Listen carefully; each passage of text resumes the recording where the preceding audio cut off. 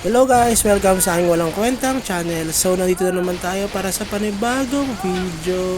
Ngayon guys ay susubukan naman natin mag gear stock dito sa ating character dahil nga parang technique ko na ito dati pa or parang ito yung formula ko para mag-success yung ating mga items na i-stock dahil nga lagi tayong nababasagan, di ba? So kahit na full ano yun natin, full protection stone ang gamitin natin, nababasag pa rin. Pero kapag ito yung ginagawa natin na technique or formula, nagsasucess naman yung ating mga ginigear stock. So paano siya? Pwede nyo rin tong gayahin guys, pwede rin namang hindi.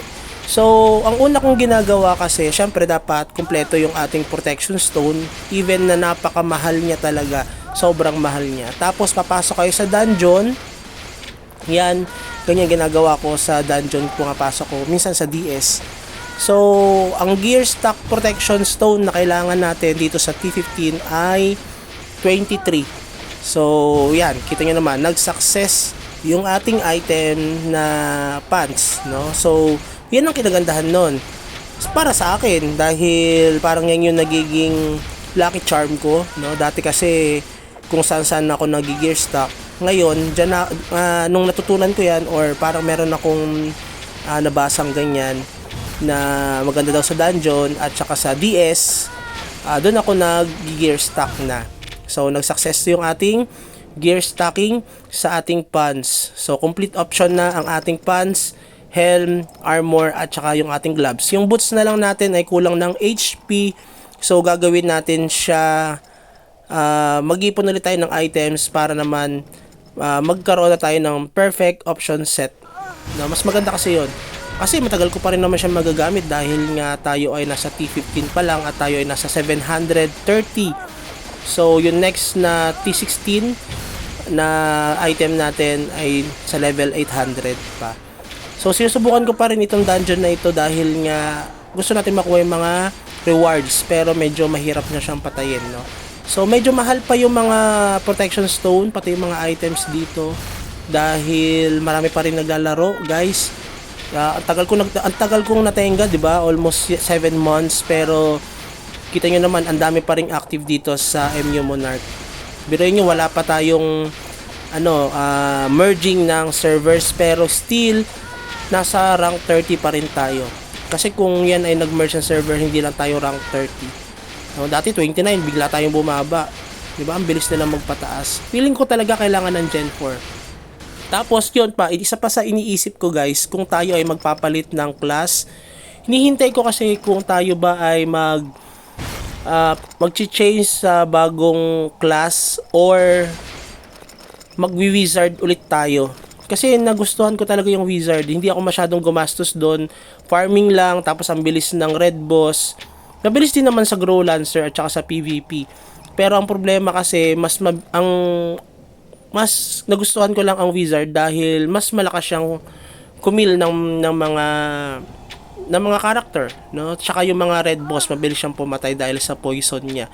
Dito kasi sa grow lancer natin, malakas nga pero pagdating sa overall ng PVP, kunyari maramihan na clash, medyo nahihirapan akong sumabay. Pero kung tayo ay yung wizard, sila yung nakikipagbakbakan, sila yung tank, tayo ay bumabanat lang sa gilid. Tapos nakakapag-teleport pa. Pero pagdating sa 1v1, medyo hirap ako sa 1v1 kapag wizard dahil nga syempre hindi naman yun talaga pang 1v1, di ba? Pero may build kasi tayo dati doon, yung lightning. So isa yun sa mga naituro ko or sabihin natin na ginawa natin ng guide para masundan ng ibang mga wizard type or user dito sa MU Monarch. Tapos kung iniisip ko kasi na Gen 4 tapos magpapalit ako ng class, iniisip ko kung magpalit muna ako ng class habang tayo ay nasa Gen 3 pa lang para medyo mas mababa yung ating gagastusin. 'Di ba? Kasi mura lang naman ang mga dito, mga items, especially yung wing. 'Di ba? Mura na lang. So, 'yun ang balak natin or tayo ay maghihintay ng panibagong class kasi nga syempre naka full option naman na tayo ng T15 ng Grow Lancer. Mas malaki ang magagastos natin kapag bibili ulit tayo ng panibagong set para sa wizard. Biruin mo, kapag nagtap ako nito, 1,900 na diamond lang ang makukuha ko, worth o equivalent ng 1,700 PHP natin. Diba? Kayo ba guys, ano ba ang magandang class ngayon? Or ano ba ang gusto nyong masubaybayan na class dito sa YouTube channel natin para kahit papano magawa natin ng guide? Kasi natry ko na ang wizard, yung energy at saka agility type na wizard, yung dark lord na charisma ba yun, at saka yung STR, tapos yung blade knight nasubukan na rin natin, yung summoner, no, yung shami na tinatawag, nasubukan na din natin, at ayaw natin ng shami dahil napakalambot, hindi ko kaya makipag PvP, nagpalit din agad tayo. Tapos ito na nga ang Grow Lancer, ang ating huling change class. So nagpaplano akong bumalik sa wizard, pero tingnan natin ano bang, kasi mas marami akong viewers sa wizard eh. Dito sa Grow Lancer parang nung una lang may mga viewers, pero eventually parang mas maraming nanonood doon sa ating wizard na mga videos, no? So baka mas maraming user type dito, wizard type dito na naglalaro ng MU Monarch. So yun lang siguro, pero subukan muna natin patayin itong tong red boss na to. Medyo matagal kasi siya. Biruin mo nung wizard ako, kaya ko siya patayin ng 3 to 4 minutes. Matagal na nga yung 4 minutes eh. Depende pa rin kasi sa boss yan. Kung yan ay mas mataas na level, syempre medyo matagal. Yan ay maximum ko, yung 4 minutes. Pero dito sa Grow Lancer, parang umaabot ako ng 7 minutes. Diba? Medyo mas matagal ng konti compare doon sa wizard natin. Syempre, to think na tayo ay medyo humina dahil nabawasan yung ating florites.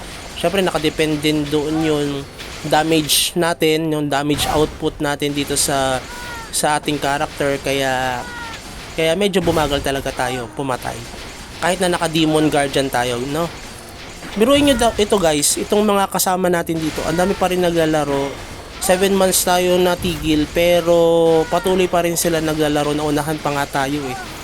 2 years na tong MU Monarch, congrats dahil tumagal itong MU Monarch. Ang estimate na years ko nga lang dito sa MU Monarch, parang 1 year higit lang, marami nang magki-quit. Although, marami naman nang nag-quit. Kasi mga kasama natin, sobrang dami namin dati. Ngayon, wala na, no? Na maalam na sila. Pero tayo, nagbabalik tayo guys, para dito sa nilalaro natin. Dahil wala akong mahanap na ibang laro na MU na papantay dito sa MU Monarch. Kasi nagandahan talaga ako dito sa MU Monarch. Nasubukan ko yung MU Miracle Loren ba yun? Tapos yung Dark Porch MU, hindi ko siya nagustuhan talaga guys, kahit na sinubukan ko siya. 'Di ba? Marami ka talaga makikilala, pero hindi lahat sila saswak doon sa taste mo. Meron talagang yung gustong gusto mo at babalik-balikan mo, tulad nitong MU Monarch, 'di ba? MU Monarch lang ang binabalikan, pero yung X hindi na binabalikan. So konti na lang guys, so papatay na natin siya. Parang 29% na lang or 27% na lang yung buhay nung itong red boss na ito. Napakatagal din talaga na patayin ito kasi level 730 lang ako eh. Pero ang bilis natin magpa-level, 'di ba?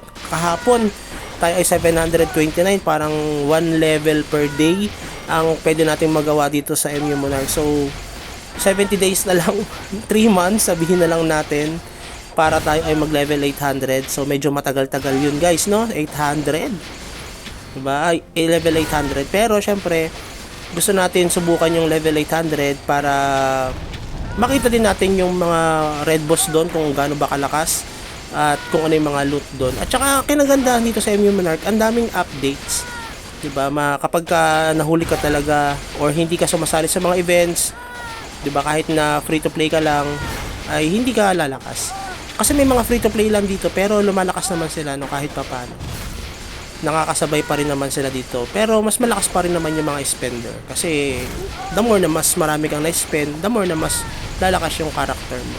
So tayo medyo konti-konti lang dahil kailangan natin magtipid, 'di ba? Dahil nga gusto lang naman natin magilibangan itong MU Monarch ngayon. Ayaw naman natin katulad ng dati na sobrang addict natin.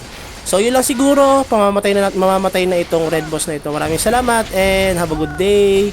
Bye bye.